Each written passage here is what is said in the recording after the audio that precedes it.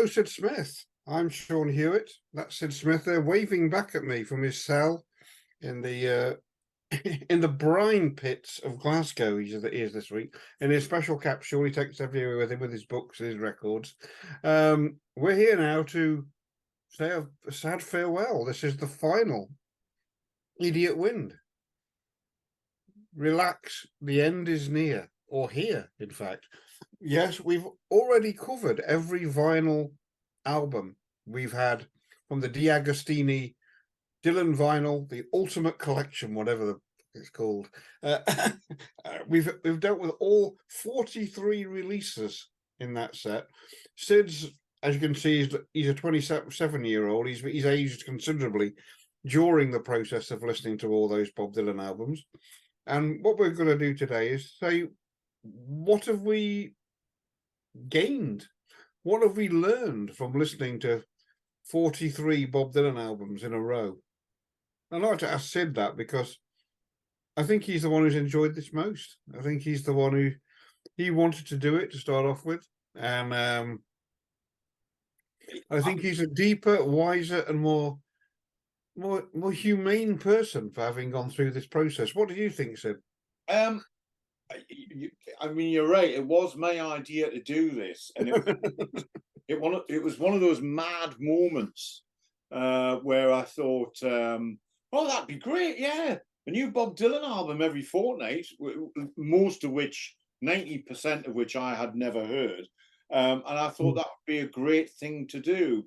I did it in a moment of madness, and I hadn't realised just how much money I would be spending on albums that it turns out I would probably never ever play again. But my moment of madness was as if nothing compared to your moment of madness, which was when you said, "Yeah, that's a great idea, but I don't have a turntable." Yeah, until this podcast, I never bought records, and you've got me into it. I bought a turntable, which cost me a considerable amount of money, and then I subscribed to the Dylan vinyl collection, which you stopped buying after a certain number of issues. How many issues did you buy? I don't know about. I'm not sure where I stopped, but it was maybe before. Actually, I think it was around about before the flood. That may have been the last one that I bought. Yeah, I think, I'm not sure, but it wasn't. I got. Yeah, it was before the flood. That was the last one. There was nothing else that I kind of felt compelled to have on vinyl. I mean, not that I felt compelled to have any of the others on vinyl, but it seemed like a good idea. And I do have a soft spot for the. I mean, years ago, I bought the D'Agostini Beatles collection when it came out on a fortnightly basis, and yeah. I can't tell you how joyful it was. Even though I was very familiar with most of the music, not all of it, but most of it. And it was lovely being able to walk into my local corner shop and, as I bought a pint of milk, get it with the thing. And the Dylan collection, although I have, and we've talked about this over previous episodes. I mean, I have significant amounts of customer resistance to Bob Dylan's music. Nevertheless, walking to my newsagents, or sometimes my newsagent would ring me up and say, "Oh, just thought you'd like to know that the latest Bob Dylan's in," and that was it was kind of a bit of a novelty, sort of, and there you are, you pick it up. I think we have to sort of say that one of the real highlights for both of us on doing this fortnightly listen to Bob Dylan albums was the magazine that came with the with. It was an extraordinary publication. Yeah, I mean, I've never seen anything quite like it. No, it was. I mean, no expense was spared or indeed authorized. No expense was spent. Yeah. It was awful. I mean, I have seen now. You've mentioned the D'Agostini Beatle collection. I've seen the magazines you got with that, and even though you've said to me privately before, that you're not going to go back to them again and again, and you're not going to be reading them you're not going to be using them as reference works in that way. But what you got with the Beatles was infinitely superior to what you got with the Bob Dylan, which I find very strange. I just find if there's anybody who's inspired more books in the rock sphere than Bob Dylan, if there's anyone who's got more Dylanology kind of experts who would have easily agreed to write notes in the way that Kevin Howlett wrote them for the Beatles collection, it's Bob Dylan. Yeah. And in fact, it was pathetic. The picture research was pathetic. They didn't hire a writer, as far as I can see. It seemed to be like bullet points and one paragraph about a picture that was usually off the album cover they just sent you. Yeah. I thought if they do another collection, they have to really smarten up their act. But if they're not going to do that for Bob Dylan, yeah, I don't know. But there's an incredible number of books about Dylan they could have called on. There's an incredible number of people willing to write it for them, I'm sure. Would love. Yeah. Well, anybody's and anybody in this podcast could have written a better magazine than that. And this is a guy that has a book about to come out based on artifacts from the Tulsa Bob Dylan archive. Yes. Trying to charge £80 for that book. It won't be that price by the time it comes out, I'm sure. But that's an incredible. It's going to be a doorstop of a book full of all kinds of artifacts from the entire career.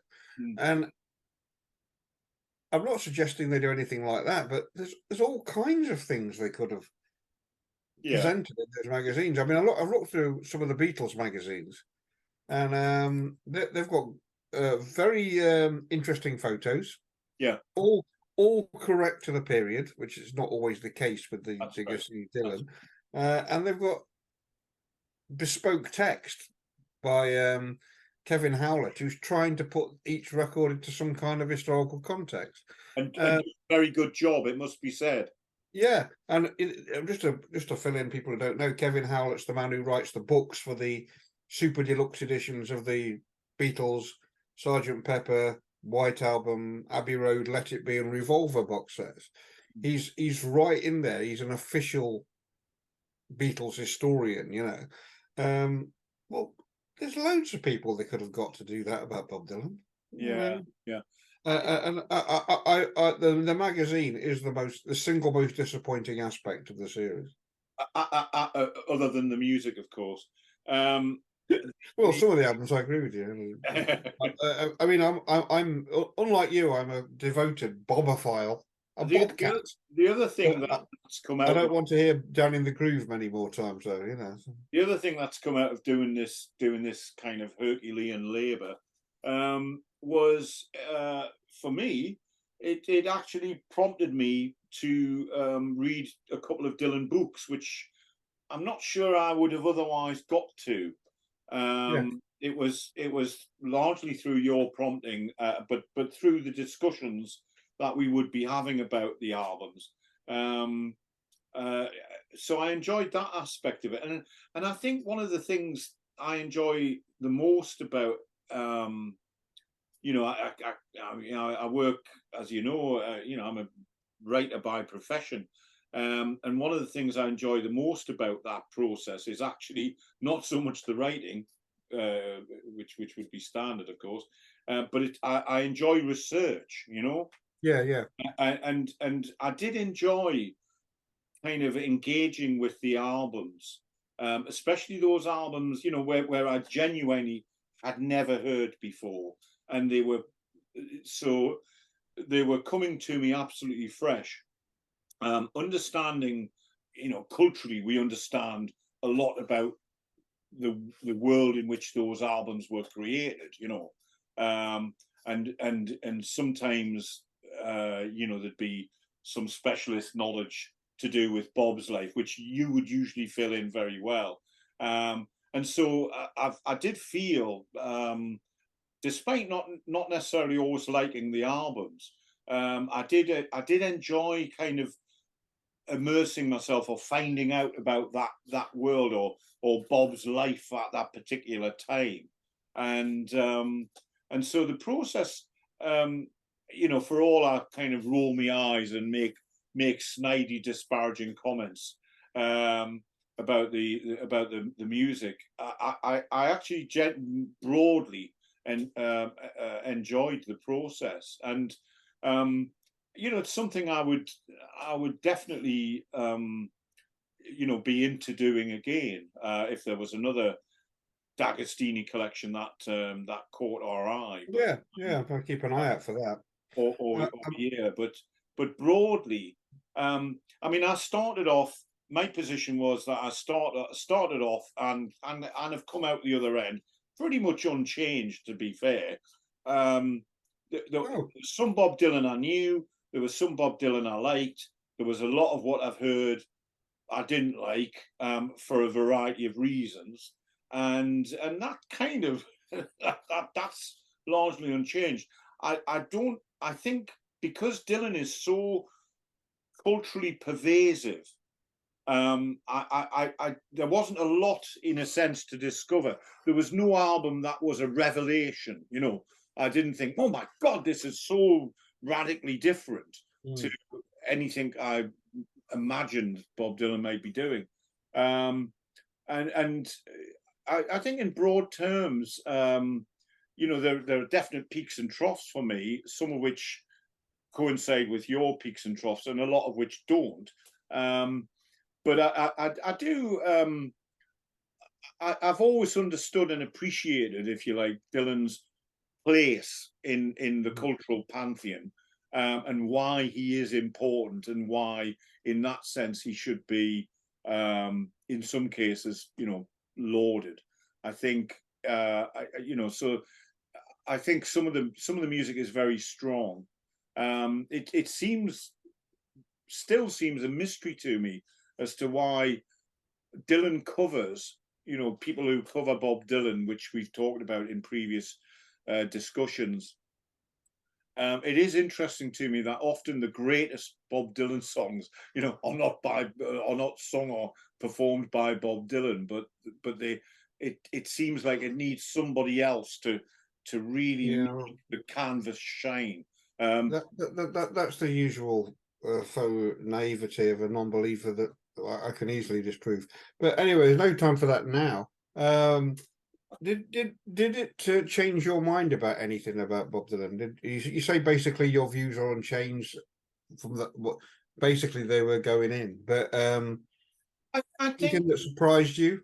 No, I'd love to say there was, but there genuinely wasn't. I didn't hear anything that made me think, oh wow, that's I mean, I can't remember which album it's off, but I remember at one point kind of noticing he'd used a different chord to the ones that he usually does. Oh, no, I mean, I'm not saying that to be snidey. It's a fact. No. He has it. He's an incredibly formulaic artist who doesn't really care about the musical side of songwriting. What's important to Bob Dylan is he's got a message, he's got a song, he's got a lyric, he's got a story to tell, and that's where his focus is. And I don't think I'd probably appreciated that aspect of the way Bob Dylan works, because sure as shit, he doesn't pay much attention to melody or harmonic content. And that's not being snidey or nasty. That's just a fact that the songs are the songs, and then there's not much to them. And that doesn't mean they're bad. I'm not saying that somehow then makes them not worthwhile, but it's just a straightforward, incontrovertible fact that the songs are very basic songs. And sometimes what annoyed me about the songs is, with just a little bit more effort, they could have been almost unsatisfactory. But often Dylan would be in such a hurry to do, and the recording process. I think it's been interesting, kind of reflecting on his approach to the recording process. Not like any other artist, really. That No, odd artist. I think it's very rare for an artist to have basically a career spanning 60 odd years. Yeah, Who's a recording artist who basically doesn't seem to me to trust the process of recording at all. that's right. Yeah, He doesn't seem to think that's the point at all. no, It's something he has to do. and I get the impression, and you've confirmed it on numerous occasions, that he comes into the studio. He doesn't spend much time on it. He doesn't see the studio as a tool to be used to further his songs. I think the one exception to that might be a self-portrait. Oddly enough, I think you could also mention the albums with Daniel Lanois, because Daniel Lanois obviously does see the studio as a tool, yeah, and those albums are kind of a merging of their worlds. You've got Bob's performances are still very spontaneous, and he's singing the songs all the way through. There's not many punch-ins on a Bob Dylan vocal. There are some, but there's not many. no. Particularly in the 80s, there are some. And he was very interested, and there was tension between them, Lanois and Dylan. But he does admire Lanois, and he's still in touch with Lanois. Well, when he did the ones we've most recently done, the Sinatra era song albums, which I'm going to mention again in a second. But the first one, he took it round to Daniel Lanois' house and said, just what do you think of this? What do you think of the sound of it? So this is someone whose opinion he does respect, and they have spoken. He did ask on that meeting, Lanois, would you ever consider producing me again? So there is that possibility. So the Dylan hardcore of old men like to think they were at war and he ruined, but he didn't. Everything he did was approved by Bob, and Bob brought him in on those 2 albums for a reason. And I think he did his job. Yeah, I think those albums are very well done, and they are. And Bob obviously thinks the same. I mean, whatever. I know he likes to produce himself. He likes the band to be the band who's going to back him on tour. He doesn't. But to me, that's a bit of a relief after all those albums in the 80s and early 90s, where every track had about 4 or 5 star names popping in to play their tambourine or guitar.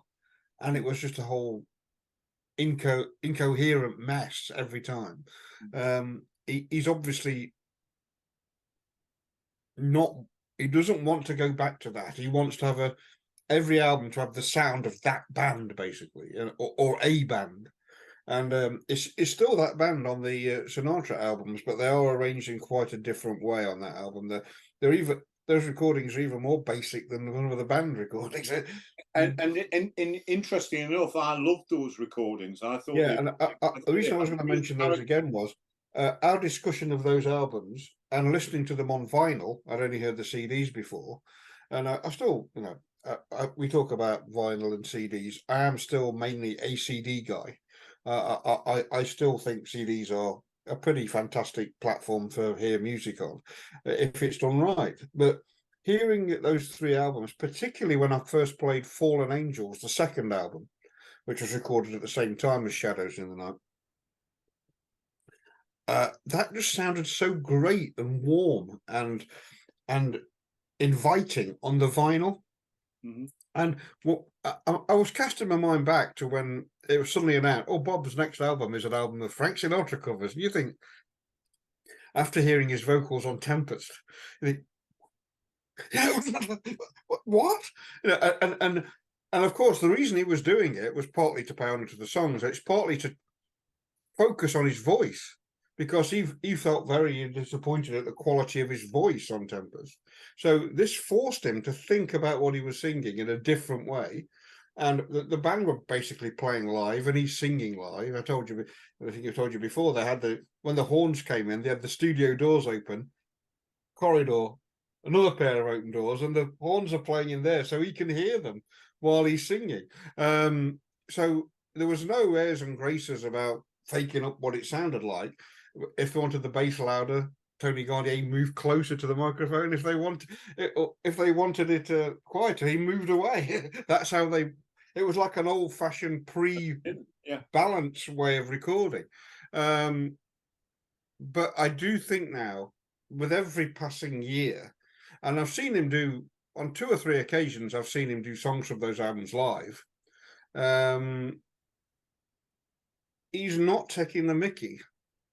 He's presenting them seriously, and he's having a great time doing it as well. I regard those albums more warmly with every passing year, and listening to it for this project, it really did bring it home how important those albums are, because he's doing it for a large part because he's interested in those songs, for a large part because he's trying to improve how his voice sounds by focusing on singing proper songs, if you like.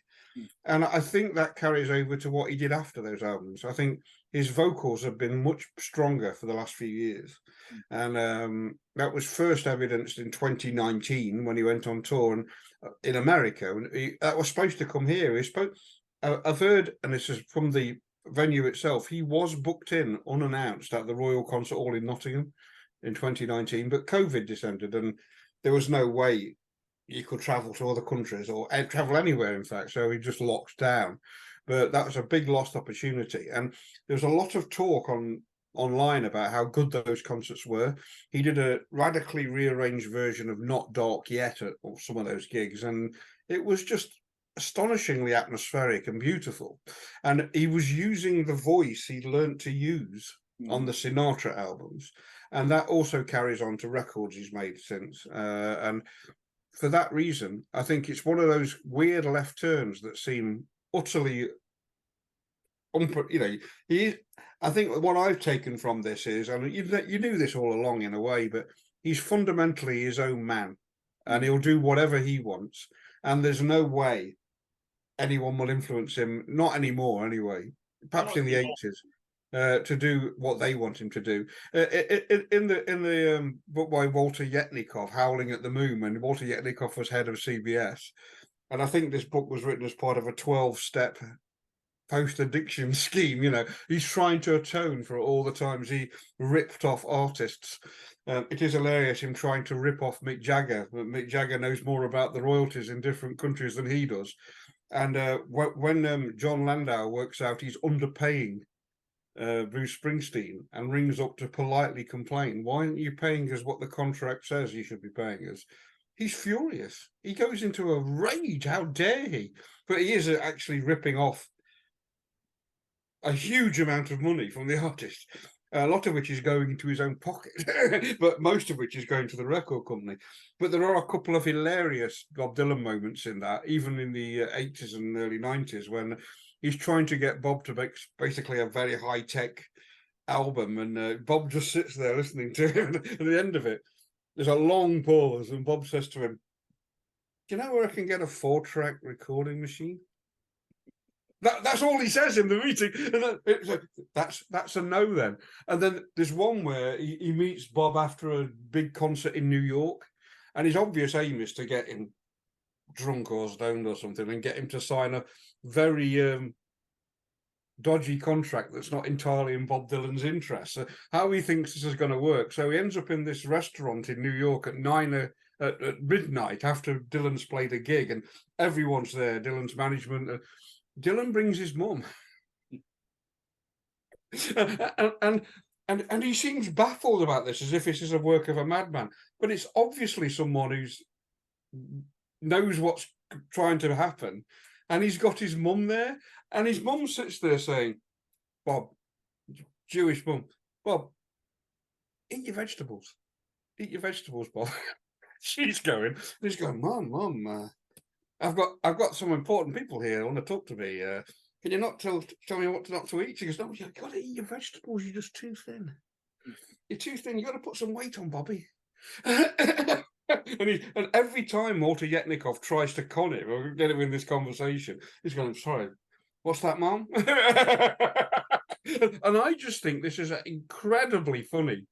And this guy is being outmaneuvered all the time. He never makes the album Walter Yetnikov wants him to make, and he never signs that contract until his lawyers have read it.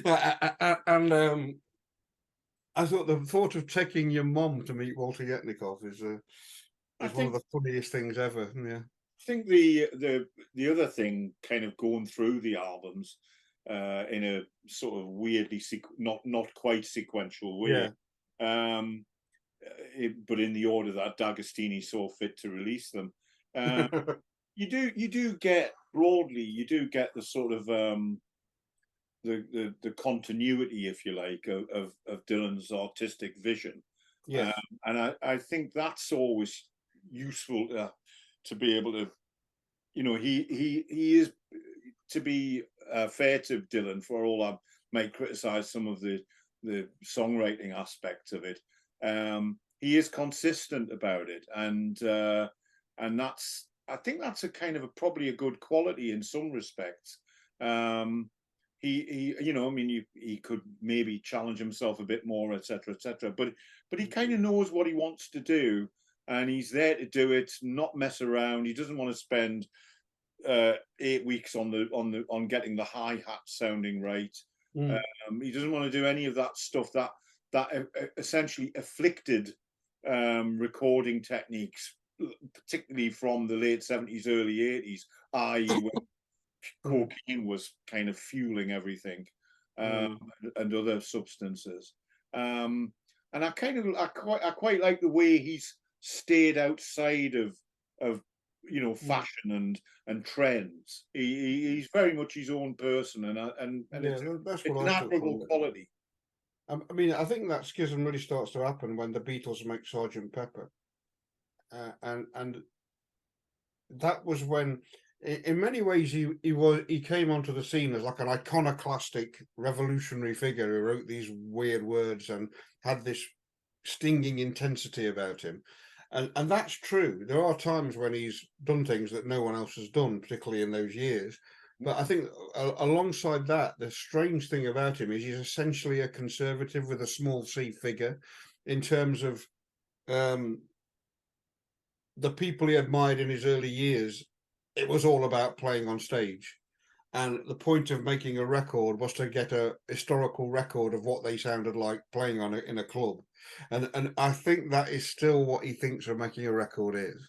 I think he thinks it's a kind of like what some jazz musicians would think about playing written music. It's like the music is in the performance, and anything else is a con.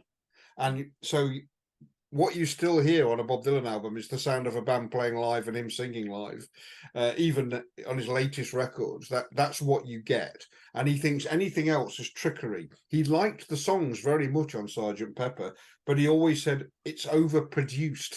And he's, you know what I mean. You know what he means, but I think the production is an essential part of Sgt. Pepper, because it does open up so many doors for the atmosphere and timbre of the songs, and it also opens up so many doors for bands coming after them. It's an absolutely innovative record, isn't it?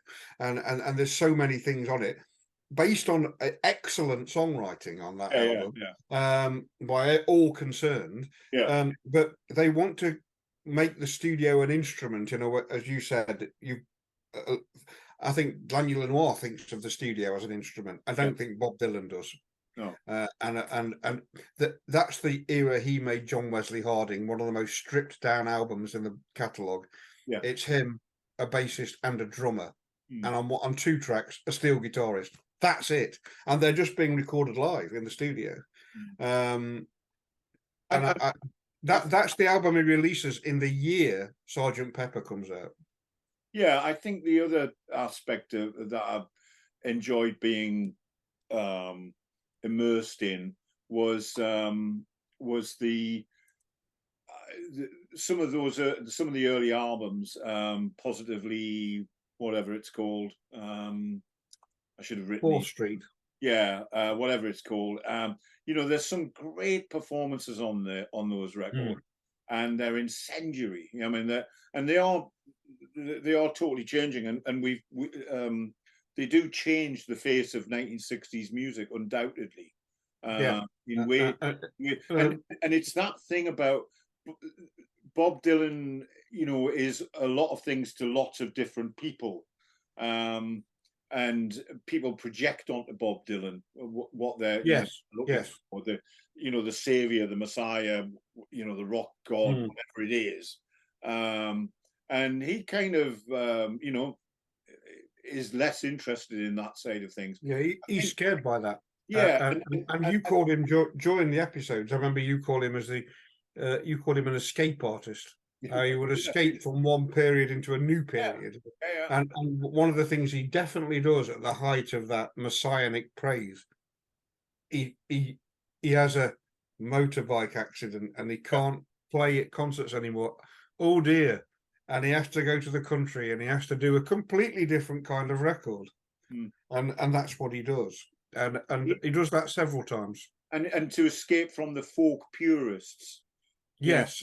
Oh yes, he's annoyed by that. Those radical reinventions at that time.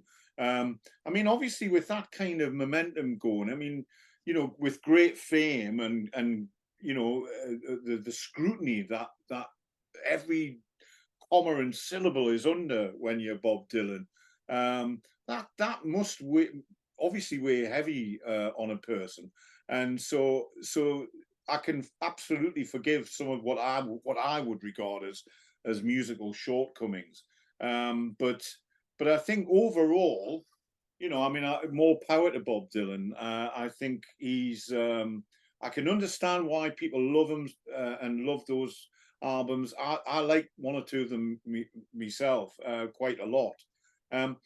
We've just got a couple of minutes remaining, the clock tells me. Have you really? Yeah, it's just flown by. Well, I just mentioned quickly, you made a couple of records after these albums were done, which is Rough and Rowdy Ways 2020. This is a great album. It's his best album since Time Out of Mind. A lot of people thought he'd given up making original music after Tempest. This is basically a double album. It's a single album with an extra track on under the disc, really. And the first disc, the main album, is 9 songs, all of which he plays in his current set. He plays every song bar the big long one, Murder Most Foul, which is a song I'm not as impressed by some people as. The heart of this album is these first 9 songs, and he is proud of this album. He plays every song from it every night on tour, and he has done for the last couple of years. And I think we haven't got time now, but I think this is a very considerable album and a brilliant lyrical album as well. And he's having a good time. The music, there's a guy called Blake Mills on guitar who apparently had more than a bit to do with the production on this. But interestingly, there's no Jack Frost production. And the other thing he did after that was Shadow Kingdom, which was a film allegedly of him in the Club Bonbon in Marseille. It's actually somewhere in California. It wasn't. There's no such place as the Club Bonbon. And this was meant to be a live. It's all in black and white, brilliantly directed. But he is in fact miming in that film. These are all new studio recordings. Him with a bunch of mainly acoustic musicians, and Dom was on bass. And they're going through his back catalogue songs, and he sings them charmingly in this. These are beautiful, stripped back, acoustic, heavy arrangements. And they're mainly from the 60s. There's some from the 70s. And there's What Was It You Wanted from Oh Mercy in 89. And that was called Shadow Kingdom, the early songs of Bob Dylan. And he's funny in that thing. Just little gestures are funny. He's got his band all wearing their COVID masks in the background while he isn't, and everyone else is smoking in the audience, which is a very strange setting. But it's a charming film, and if you listen, but the album is better.